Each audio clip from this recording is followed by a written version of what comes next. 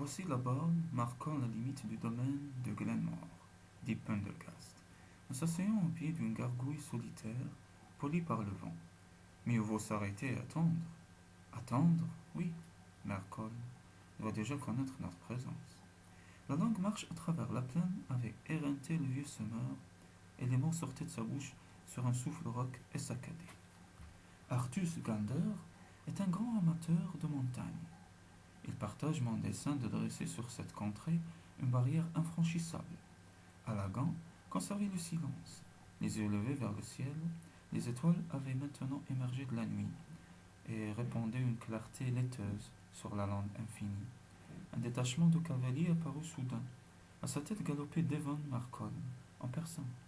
Sa forte carrure semblait aller droit dans ses vêtements de cuir. Une cape rouge tombait sur son épaule. Il était chauve, à l'exception d'une mèche blanche curieusement torsadée sur le sommet de son crâne. Son visage, couturé de cicatrices, témoignait des terribles batailles qu'il avait livrées. Il salua Pendergast avec respect. J'ai eu vent de ta venue et je suis venu te saluer en personne. Je craignais que tu n'aies oublié la commande de mon maître. Un contretemps m'a empêché de venir plus tôt. Je suis chargé de te mener à l'endroit choisi. Qui est l'homme qui t'accompagne? Mon nouvel apprenti. Alagan rabattit discrètement le rebord de son capuchon sur son front. Malcolm le considéra avec suspicion. J'ignorais que tu avais un apprenti, maître Summer. Je me fais vieux, et si par malheur j'en pouvais achever l'œuvre entreprise, je serais fier que ce garçon l'achève à ma place. Soit, as-tu réfléchi depuis la dernière fois à la proposition de Milord Gander? Pendergast secoua la tête avec un petit rire. Je suis honoré que le nouveau régent pense que je sois encore de quelque utilité dans la marche du monde. J'ai bien aimé son père et j'ai combattu dans les marais d'angoisse, à ses côtés, lors de la grande bataille du Nord. Mais j'ai renoncé à la magie noire et ne puis donc devenir conseiller du fils comme je le fus du père. Car le dos de ce monde n'est pas encore pacifié. Les puissances s'entrechoquent et je peux pressentir l'approche de grandes batailles à venir. Tôt ou tard, je serai amené à revenir sur mon serment et je ne le désire point. Ma vie d'ermite me convient. Merci, milord. Je préfère me consacrer à la noble tâche de semer ici même la fleur des montagnes. Dommage, regretta Malcolm avec une déception qui n'était pas feinte. Suivez-moi. Il guida ses visiteurs plus à l'ouest, dans l'ombre d'une déclivité. Alagon en profita pour dévisager les hommes de l'escorte, qui, droits et fixes sur le chevaux, n'avaient pas desserré les dents ni trahi la moindre émotion. Tous avaient la même peau grise et rugueuse, le même regard absent, le même pli sévère de la lèvre. Cette ressemblance troublante ne laissait aucun doute sur leur origine. Des crânes, songea Alagon, des saletés de crânes. Ces soldats d'élite affectés à la garde du régent étaient réputés pour leur férocité et leur ignorance de la peur. Certains racontaient qu'ils étaient le produit d'unions contre nature entre des démons et des humains. Que cette légende eût un fondement ou non, ils inspiraient la terreur partout où ils passaient. Quand la colonne s'arrêta au sommet d'un promontoire, Alagon ne put réprimer un grincement de dents en considérant les tours déchiquetées du manoir de Glenmore, qui se découpait dans le lointain.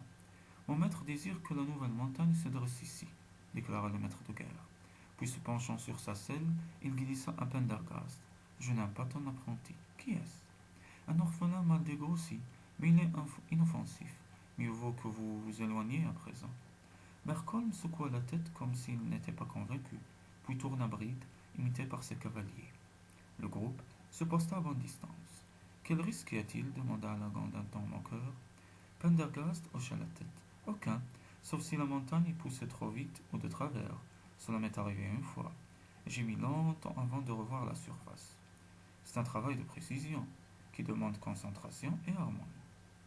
Sur ces mots, il sortit ses instruments, prit des mesures, puis fora un trou avec une baguette creuse.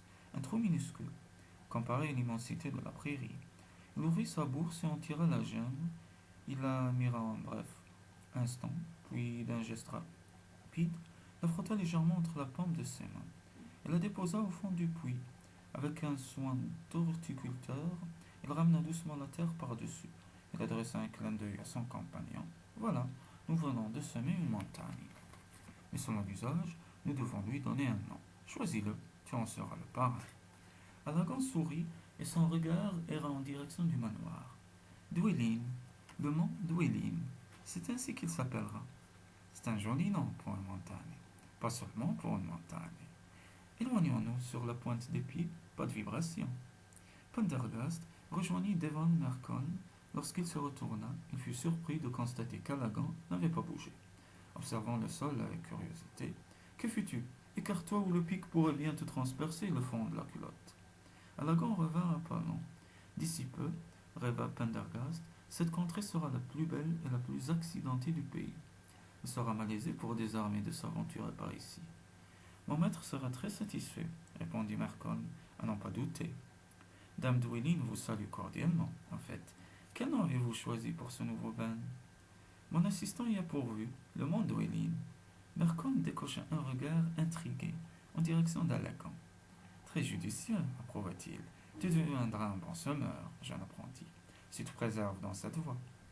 Il remit une bourse généreuse à Pendergast et tourna bride. Alagon ne quitta la troupe des yeux que lorsqu'elle se confondit dans l'ombre projetée par le manoir. Le semeur de montagne soupesa la récompense.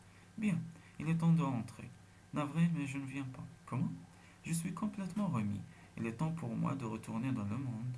J'ai de nombreuses affaires en souffrance, moi aussi. Pendergast eut une mimique peinée. J'avais conçu l'espoir que peut-être, peu importe, oui, peu importe. Devons-nous nous séparer ici? Dommage, oui, dommage. Prends garde, Alagon Escher. Les ennemis auxquels tu veux te mesurer sont puissants. Ils sont protégés. As-tu remarqué ces crânes? C'est une armée qu'il te faudra lever pour accomplir ta vengeance. À la haine, tout est possible, et je ne suis que haine. Mercon m'a senti ton pouvoir, j'en suis sûr. Méfie-toi de lui. Le premier rempart, c'est ainsi qu'on l'appelle. Ouais. Pendergast lui tendit la bourse. Prends, un vieux bonhomme comme moi ne saurait comment employer tant d'argent. Utilise-le au mieux. Alagon considéra son ami avec étonnement. Je te dois déjà beaucoup. Pourquoi te préoccuper à ce point de mon sort? Moi qui suis l'ennemi d'une famille que tu respectes et auprès de laquelle tu as combattu. J'avoue que je n'en sais rien. Non, rien du tout. Je m'acquitterai de ma dette. Tu entendras parler de moi. Je reviendrai te voir, et je ne dis jamais rien que je n'accomplisse. Elle rejeta son capuchon en arrière et tourna ses pas vers le nord. Pendergast regarda sa silhouette décroître dans l'immensité, et même au-delà, quand elle se fut confondue dans les brumes. Alagon marcha longtemps. Il traversa la plaine, suivant son chemin d'instinct, comme aimanté par le but à atteindre. À mesure qu'il avançait, l'air se chargea d'une humidité saline presque suffocante. La nuit devint mauvaise, procure d'éclairs. Un temps, il grela. Alagon trouva refuge sous un rocher saillant. Comme cela ne s'apaisait pas, il décida de s'étendre dans ses rêves. Il vit distinctement les trois noms haïs se former en lettres de feu. Gander, Aspirat, Skun, la fraternité des damnés. Jamais association d'assassins n'aurait trouvé sobriquet plus approprié. Une vive douleur grandit dans sa poitrine. Une vague noire et brûlante le submergea. À son réveil, un étrange tapis de fleurs avait fleuri sous lui. Il en cueillit une de la tige se coulèrent des larmes de sang. Quand Alagon atteignit la côte, la pluie avait cessé. Des nuages poisseux s'étaient échoués au-dessus des falaises. Longeant la grève, Alagon prêtait l'oreille aux murmures grisants du ressac. Il atteignit les deux grandes colonnes de pierre qui marquaient la porte du Grand Est, d'où le regard pouvait embrasser l'immensité de l'océan, jusqu'à la limite du dos de ce monde. À quelque distance, paissait un troupeau de moutons, assis sur un rocher. Un berger emmitouflé de peau de bête jouait de la flûte, et sa complainte semblait se perdre au quart de vent. Avisant le visiteur, il s'interrompit et son visage buriné par les embruns s'éclaira. Un sourire dévoila ses chicots noircis par le mauvais tabac. Ma parole, s'écria-t-il, je me rappelle de toi. Tu venais naguère me tenir compagnie. Où étais-tu passé? Je suis allé d'un côté et de l'autre. Est-ce que beaucoup de temps a passé depuis notre dernière rencontre? Ma foi, je ne sais. Mais la brebis que tu as aidé à mettre au monde est maintenant grand-mère. Quoi? Si longtemps? Alagon s'assit sur une pierre voisine, accablé, puis il regarda à travers les deux colonnes tordues. Viendra-t-il, tu crois? Le joueur de flûte huma l'air fortement. C'est possible. Il reprit sa complainte avec une expression inspirée. Toujours ce vieillard, railla Lagan. Je vais t'en apprendre un autre. Une ballade à la mode, que m'a apprise un troubadour de passage. La ballade d'Alagan Usher. Elle raconte l'histoire d'un jeune apprenti magicien qui, par ambition, se maria sans aimer, conquit un cœur de démon et fut assassiné dans le marais d'angoisse par des prétendants jaloux. Alagon narra sa propre histoire, se réjouissant de la surprise qui se peignait sur les traits de son interlocuteur. Quand il eut fini, il laissa tomber négligemment. Tu trouveras bien les rimes et la mélodie. Le berger le considéra troublé. Je m'y engage. On dirait que tu connaissais ce malheureux. Fais en sorte que la chanson n'omette aucun détail, et avant longtemps, elle circulera sur le dos de ce monde. Regarde, le voici. Alagon tourna son regard vers l'horizon voilé, et à travers les volutes grisâtres, il aperçut la clarté rouge qui embrasait la mer. L'œil de feu déchira les limbes jusqu'au rebord de la falaise. Son éclat était si aveuglant qu'Alagon dut mettre une main en visière. Son cœur battait la chamade. Il n'avait jamais rien vu de si beau. Comment croire un tel prodige possible? Hélas, il ne dura qu'un instant. Repoussé par les protections magiques de la porte, il avait déjà glissé sur l'autre dos du monde, laissant Alagon en proie à un reflet infini. Il est parti. Oui, et par chance, répondit le pâtre. Les étoiles de nos bons magiciens le maintiennent loin de nous, sinon c'en serait fini. Imagine qu'il resplendisse au ciel. Ce serait la fin. La terre s'embraserait, la glace fondrait, les loques s'achèveraient, et nous finirons tous rôtis. Heureusement, la porte est solide. Qu'en sais-tu? La plupart des gens s'imaginent qu'il suffit de le contempler pour brûler sur le champ, et tu sais bien qu'il n'en est rien. Il se leva. Tu pars déjà? J'ai une longue route devant moi, et il s'est écoulé plus de temps que je ne l'avais pensé. Adieu, mon ami. Je crois que nous ne nous reverrons pas de sitôt. Le pâtre esquissa un signe vague, et, embouchant son chalumeau, reprit son interminable cantique.